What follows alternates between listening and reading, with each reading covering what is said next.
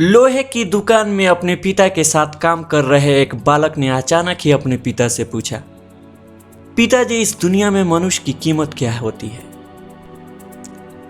पिताजी एक छोटे से बच्चे से ऐसा गंभीर सवाल सुनकर हैरान रह गए।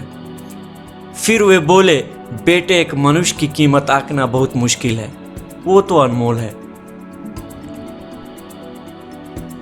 बालक, क्या सभी उतना ही कीमती और महत्वपूर्ण है? पिताजी, हाँ बेटे। बालक कुछ समझा नहीं, उसने फिर सवाल किया, तो फिर इस दुनिया में कोई गरीब तो कोई अमीर क्यों है? किसी की कम रिस्पेक्ट तो किसी की ज्यादा क्यों होती है?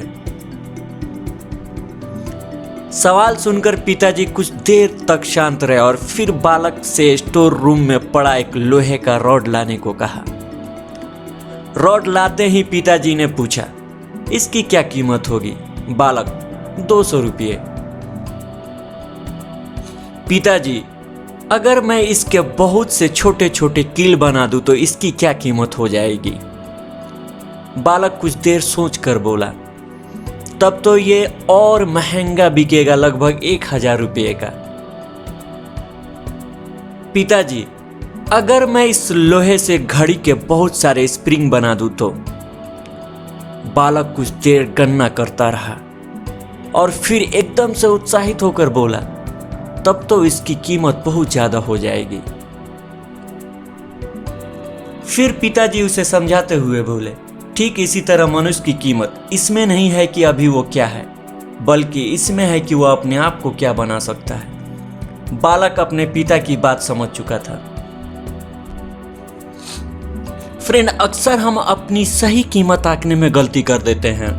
हम अपनी प्रेजेंट स्टेटस को देखकर अपने आप को वैल्यूलेस समझने लगते हैं, लेकिन हमें हमेशा अथाह शक्ति होती है। हमारा जीवन हमेशा संभावनाओं से भरा होता है।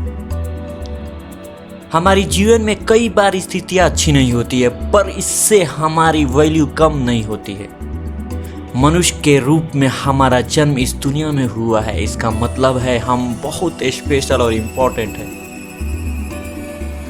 हमें हमेशा अपने आप को इम्प्रूव करते रहना चाहिए और अपनी सही कीमत प्राप्त करने की दिशा में बढ़ते रहना चाहिए।